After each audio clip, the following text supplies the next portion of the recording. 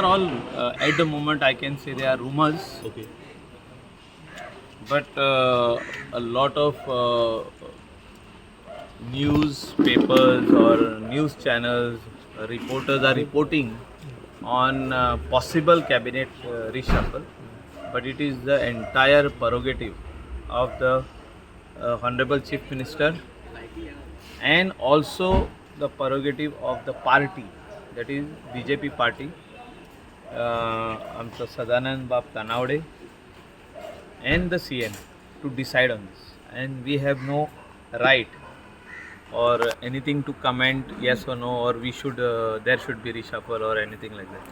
तेणी दोगांनी पोप जज करचें तें कशें कितें आहा तें situation in the state of Goa, also vis-a-vis to the ministers' performance, to the MLA's performance. हें तेंच्यांनी जज करपाचें. You were a former minister and you're a tall leader. How do you see how the cabinet functioning in Goa at the moment? That already is being reported by our newspapers and all the press, electronic media. So the report जाता.